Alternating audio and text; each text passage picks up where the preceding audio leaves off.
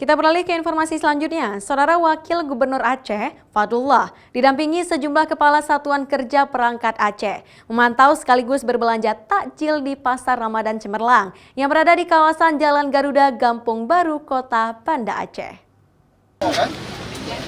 Wakil Gubernur Aceh, Fadlullah, meninjau langsung Pasar Ramadan di Banda Aceh Selasa sore.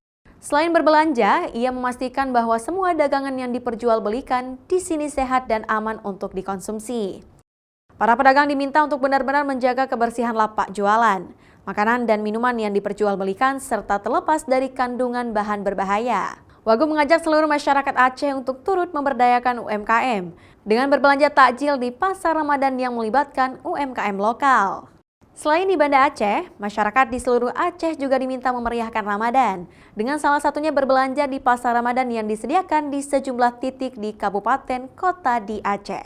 Tradisi sebagai masyarakat Aceh, setiap bulan Ramadan pasti di setiap kampung atau di pasar-pasar ketika sore pasti ramai. Kami hari ini ingin memastikan makanan-makanan dan seluruh cemilan yang dijual bahwa dipastikan segar. Bapak belanja apa aja tadi, Pak? Oh banyak, kita belanja hijau tadi, ada lemang, ada tape, cendol, segala, kue, risol, mie, semuanya.